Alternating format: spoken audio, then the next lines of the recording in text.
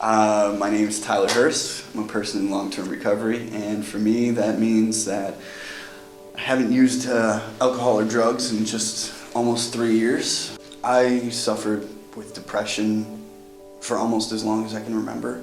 My first suicidal ideations I can remember was when I was 9 years old. I remember looking into a mirror in my parents' house and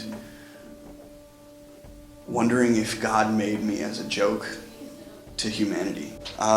Before I got sober, I thought about suicide on a daily basis. Not just on a daily basis, it was my every minute thought. I had no idea what happiness was, what that looked like. I woke up in an abandoned lot in Kensington after trying to commit suicide through overdose. It was the darkest place that I'd ever been in my entire life. It was more like being dead. I was a shell of a person. So I checked myself into Presbyterian Hospital, where I was in a locked dual diagnosis ward, and I went to inpatient for 6 months. Since I've been in recovery, I don't use and abuse other people. I have functional friendships. I know what it's like to understand the things that I'm going through, and I have more self-awareness than I've ever had in my entire life. And I feel like I know who I am today, and that's the most important thing that I could ever ask for.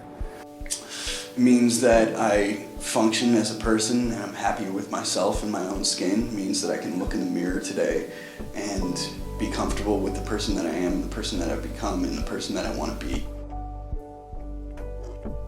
I view recovery as more than just abstinence. A lot of people view recovery as no longer using drugs and alcohol, but what recovery is really about is learning that you're not at the point in life that you want to be or that you need to be, and understanding what changes you have to make and then going through those changes. The process of going through those changes is what we call recovery.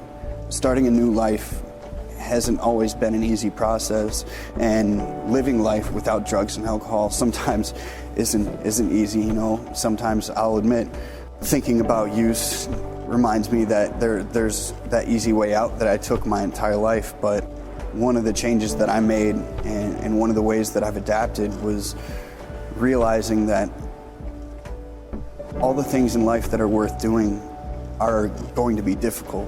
We can be better, we are better. We don't have to deal with good enough. People get discouraged because they come up against adversity, and they don't challenge the status quo because they feel like it's futile. And that's just not how it should be. My journey through recovery has been a gift every single day, because there was a time in my life, and I have to remember this every single day, that I wasn't guaranteed to wake up. So being thankful for all the little things in life have me keeping an attitude of gratitude, so to speak. Being grateful for the little things. You know what? Not everybody is going to be given large opportunities in life, and there are going to be lots of obstacles and barriers that all of us have to get through. People in recovery especially. One of the missions of one of the organizations that I work with is to create a recovery-ready America. And what that means is creating a place where people in recovery from substance use disorders can live and be accepted and no longer have to be stigmatized, and be understood that they have a challenge that they have to face, and that's all it is. It's just a challenge that they have to overcome in life. The thing that I'm most grateful for, and the thing that's most important to me in my recovery, is the fact that every night before I go to sleep, I can look at myself in the mirror and be happy with who I am.